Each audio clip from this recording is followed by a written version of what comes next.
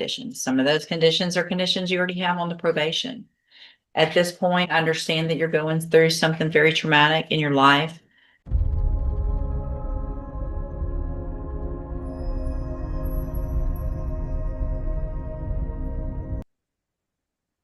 Good morning. Are you Joseph Roberts? Yes, ma'am. Good morning. Good morning. This is 20-34226. Mr. Roberts, looks like you were on probation for the felony offense of driving while intoxicated, and that you were placed on probation November 30th of 2020. That was a 7-year term in prison that was probated for 7 years. Some of the allegations, it looks like there is an additional driving while intoxicated charge from April 26th of 2026. Curfew issue, operating a vehicle without an ignition interlock device, and then some minor fees. Mr. Nix has filed a motion asking that I set bond in your cases. Currently, there is no bond. He's also handed me, it looks like there was a... From the very first moments, it's clear this isn't just another probation hearing. The judge is reviewing a serious history involving a felony DWI conviction, new allegations, and potential probation violations. With years of freedom hanging in the balance, every explanation matters. Will the defense convince the court that rehabilitation deserves another chance? Or has the defendant already exhausted the judge's patience? Let us know what your first impression is. 30-day treatment at Level Up Treatment, Texas. That you went to April 26th through May 29th of this year. Mr. Roberts, best you can, raise your right hand, please, sir. Do you swear or affirm the testimony you're going to give in this hearing will be the truth, the whole truth, and nothing but the truth? Yes, ma'am. All right, thank you. Mr. Nix? Your Honor, we'd ask that the court set a reasonable bond. My client's willing to forfeit his right to drive. He would wear a scram device, comply with any curfew set by the court. As the court can see, he did not have any issues on the probation for several years until he picked up this new offense. This changes the emotional weight of the hearing instantly. The defense isn't asking the court to ignore the alleged violations. They're asking the judge to consider extraordinary personal tragedy while deciding bond. Courts often weigh public safety alongside compassion, making moments like this especially difficult. Should devastating personal circumstances influence a legal decision? Or should the law remain completely separate from emotion? Share your perspective below. It was not his vehicle. There were several other occupants in the vehicle, which would explain why he wasn't complying with the interlock device. He obviously knows that he made a pretty terrible mistake. And if the court will acknowledge, just 3 days after his arrest, he voluntarily did a month of inpatient rehabilitation. Also, I'd like the court to take knowledge of, and although I didn't put it in my motion, I think we've made the court aware with the district attorney. His daughter was brutally murdered about 10 days ago now, somewhere around there. 2 weeks. About 2 weeks ago. Her daughter's his daughter's funeral is this Saturday. She was the victim of one of our homicides here in Beaumont out of a domestic violence situation with what appears to be a boyfriend or ex-boyfriend. He'd like to, be obviously on bail so that he can attend his daughter's funeral. He would adhere to any recommendations, anything that the court requires of him of his bond.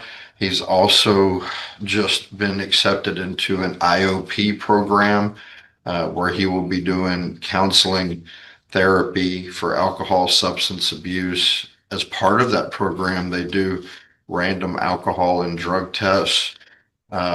This is something that his insurance offered him after finding out about his daughter. So not exactly related to the DWI, but it's related to finding out that his daughter was murdered in the way she was murdered. He's taking advantage of that.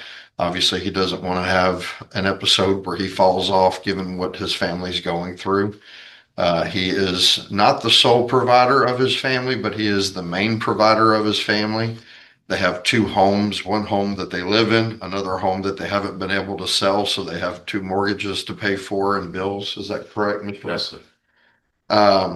And right now I'd ask if Mr. Roberts can give more details to the IOP than I might be able to. Can you explain to the judge? What's the name of it, or where is it? What's it through? It's Trust Health.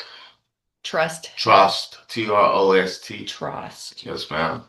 We do 3-hour sessions, 3 days a week. Is it on, That's a group. is it I online? do or it in virtual. person? I do virtual. Yes, ma'am. They do the random drug screening once a week, and we get a therapy session with a counselor also throughout the week. How do you do your random drug screen? They send an Uber and bring me to Quest on 9th Avenue. So Have you already done one of those? I have one set up for tomorrow. Okay. Yeah. Where do you work? There you go. With Bechtel, Environmental Safety and Health Representative with Bechtel. For our LNG. So how would you get to and from work and things like that if you're not going to drive? Yeah, my nephew also works out there, same shift, so I can ride with him. Okay. Here's where the judge shifts from sympathy to accountability. The defendant had already signed a formal agreement promising not to drive, yet prosecutors allege he was driving again only weeks later. That previous commitment makes the defense's assurances far less convincing. In courtroom decisions, credibility is everything. Once trust is questioned, every future promise receives greater scrutiny. Do you think the judge's concerns are justified? Just for the record, I am reviewing the court's file, and part of that does include the probable cause affidavit for the new driving while intoxicated. I was looking to see, but I don't know that It's not yet been received, Your Honor. Testing has not yet been completed. I was trying to also see, do you have a copy of that previous precedence report? I had it on my computer earlier, Your Honor, to pull it back up. Ours didn't, because it's an older case, it's not in here. Okay, please, ma'am.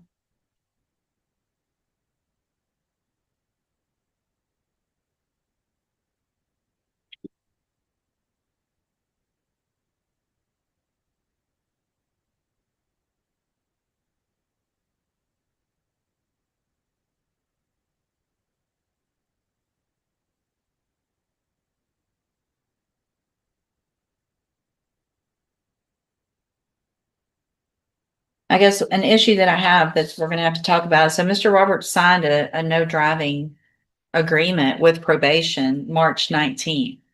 And then the allegations are that a month and a week after when this happened, he was driving. So he'd already told someone and signed an actual document saying he wasn't going to drive. So obviously the argument of I'm not going to drive gives me some concern because you already have been there, done that.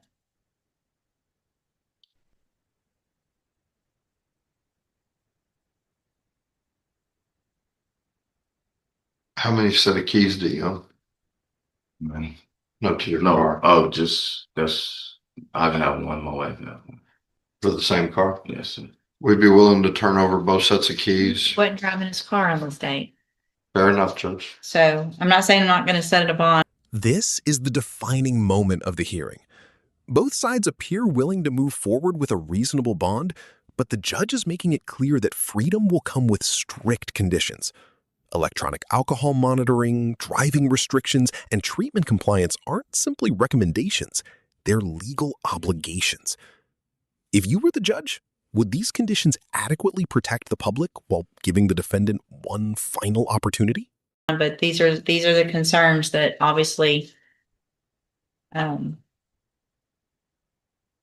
was something going on that I'm not quite sure about, but obviously there was something going on for there to be a no motor vehicle drive form Yes, ma'am. signed a month before. So there were some concerns already. I have previous PSI. from Sounds- The judge ultimately grants a $25,000 bond, but leaves absolutely no room for misunderstanding. Continuous alcohol monitoring, a complete ban on driving, and mandatory treatment compliance become essential conditions, with prison looming over any violation. The ruling balances accountability, rehabilitation, and public safety in a remarkably measured way. If you found this case as intense as we did, make sure to hit that like button, share your thoughts in the comments, and don't forget to subscribe for more powerful courtroom breakdowns. Like it's coming as well over here. Thank you, Mr. Nichols.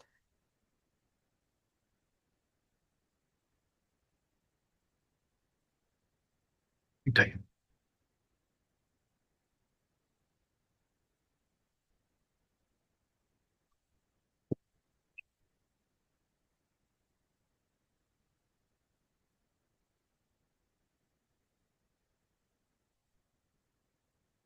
Mr. Nichols, what's your position? Judge, I'd reviewed Ms. Molfino's email correspondence with the court and with Mr. Nix talking about her position on this case. We are not opposed to a reasonable bond being set. Obviously, we have concerns, same as the court, with the driving. I believe a scram will take care of any concerns about substance abuse, but there's just not an easy way to be completely certain about the driving. Given the circumstances, given his willingness to do what he's already done and what he's going through, that's why the state does agree for a reasonable bond in this case, Your Honor. Okay, so Mr. Roberts, I want to make sure you understand, I'm going to set a bond, and if you make that bond, there will be some very specific conditions. Some of those conditions are conditions you already have on the probation. At this point, I understand that you're going through something very traumatic in your life, which tends to lead for people who have substance abuse or alcohol issues for those to get worse. If you don't take advantage of this opportunity while you're out on bond, I can assure you, you're not going to get any opportunity. You're going to be back in jail, and you're going to be looking at going to prison for the 7 years that you've already agreed to on that underlying case, and who knows what on the other. So this is make it or break it, going to prison type thing, even though it's just a bond. Do you understand? Yes, ma'am. So what I'm going to do is grant the motion to set a bond in cause number 20-34226. I'm going to set the bond at $25,000. I am going to order as a condition of that bond that you wear a scram device at all times. If there is a positive alcohol screening, I will know about it. There will be a warrant. There will be no bond, and we'll be looking at that 7 years. It's that simple. Also, as a condition of that bond, you are not to drive any vehicle ever, period, under any circumstance. If you're with people and they're drinking, then you're not the one that drives. Y'all walk, y'all get an Uber, you do something else. You understand? Also, I am going to order as a condition of your bond that you, and really I want it to be a condition of probation as well, to modify your conditions of the probation you're currently on, to order that you can continue that program, the IOP, through Trust Health. I want proof of that, verification of that sent to your probation officer each week, or whatever you can do. If it's online, you should be able to print something out to send to them to show that you're doing the 3-hour meetings, as well as any drug or alcohol screen that you get done. You need to get those results also to your probation officer. Okay. Yes, ma'am. So that'll be a condition of bond as well as your probation. Any other conditions that I didn't cover? Those are the ones that I was concerned about. I think that'll cover it. Okay. All right. So what we'll do, if you make that bond, you'll have another court date set. Stay in touch with Mr. Nick. He'll let you know when you need to be back here and in court. And again, whatever you need to take care of to keep yourself doing the right thing, going through what you're going through, you need to make sure and get that done, because being in prison won't help the rest of your family. Okay. All right. Thank you, Judge. Yes, sir. I'll shoot a message over. to Judge Thank you. I Townsend. appreciate it.